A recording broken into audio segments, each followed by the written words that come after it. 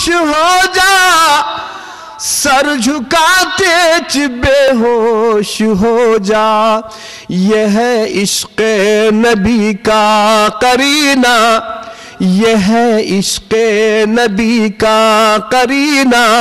चलो जाएंगे मदीना, उनसे दूरी में ये कई का जीना। चलो जाएंगे मदीना, काफिला छुटने का है महीना।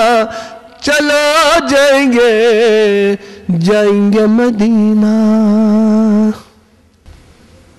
नाराए तकबीर, नाराए तकबीर, नाराए तकबीर।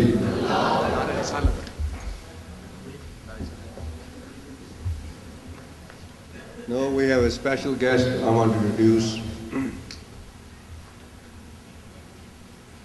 He comes to us all the way from Philadelphia, Daniel Abdullah Moore. Daniel Abdullah Moore was special guest for our Mawlid conferences in Chicago every year. And everybody loved his loving poetry, which he writes out of love of Allah and His Rasul, sallallahu alaihi wasallam. He was born in 1940 in Oakland, California, and his first book of poems, Dawn Beams, was published in 1964. He created and directed the theater company, the Floating Lotus Magic Opera Company in the 60s in Berkeley. Two major ritual theater productions against the wall. The walls are running blood. This is during the Vietnam War. His second book of poetry, Burnt Heart,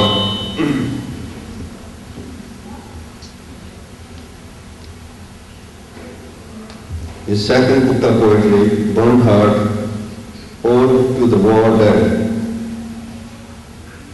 In 1970, he became Muslim and lived and traveled throughout Morocco, Spain, Algeria, and Nigeria, landing in California in the 80s and publishing poetry chapbooks.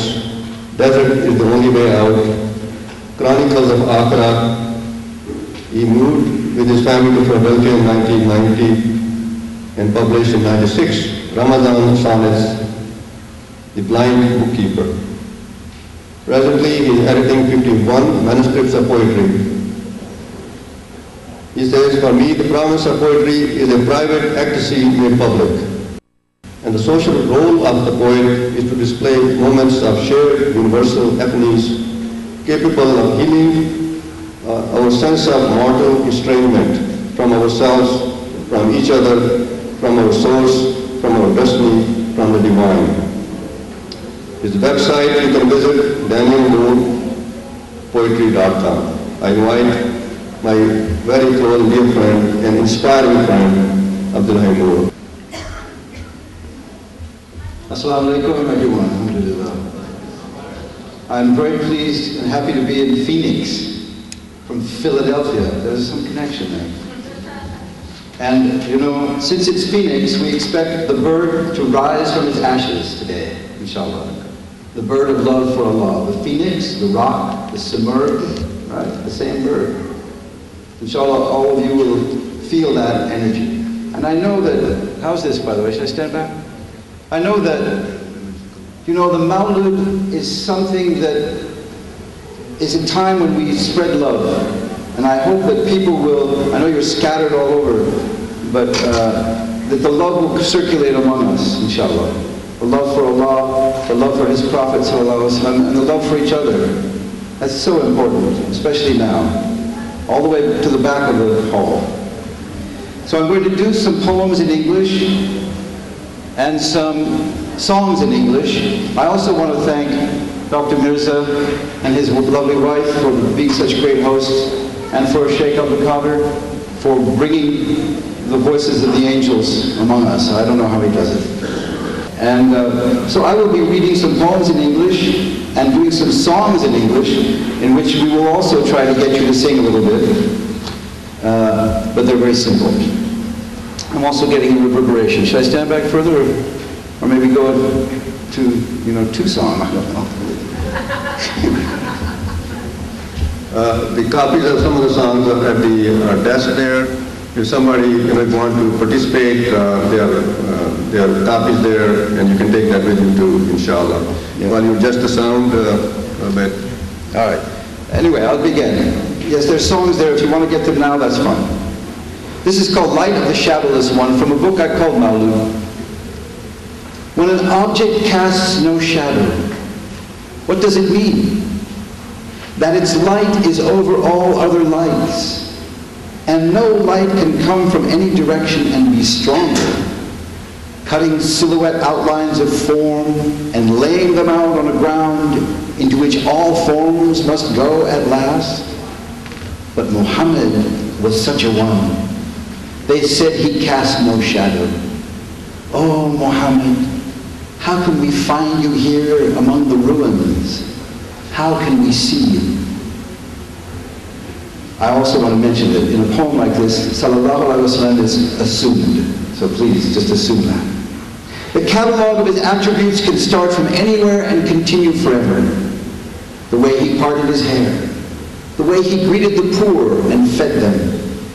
He once filled a valley between two mountains with the sheep of God's bounty, until a hard-hearted Bedouin who could only see sheep had the eyes of his greed put out by the dazzle of such generosity. And he turned from being greedy for this world to being ecstatic affirmer of Allah, carried away on the backs of fleece, soft as the hair of angels. Ya Muhammad, how can we find you here among the ruins? How can we see you?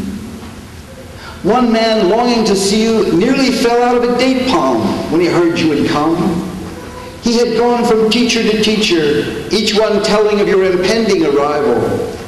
Sweet date meat of a man, the lightning bolt of your presence struck and threw him down while collecting dates, for his longing by then had matured the meat of his innermost sweetness, and his pure heart saw you at once. Ya Muhammad, how can we find you here among the ruins? How can we see you? Or is it that we're not in ruins enough? Is it that our fortified walls have not yet toppled down?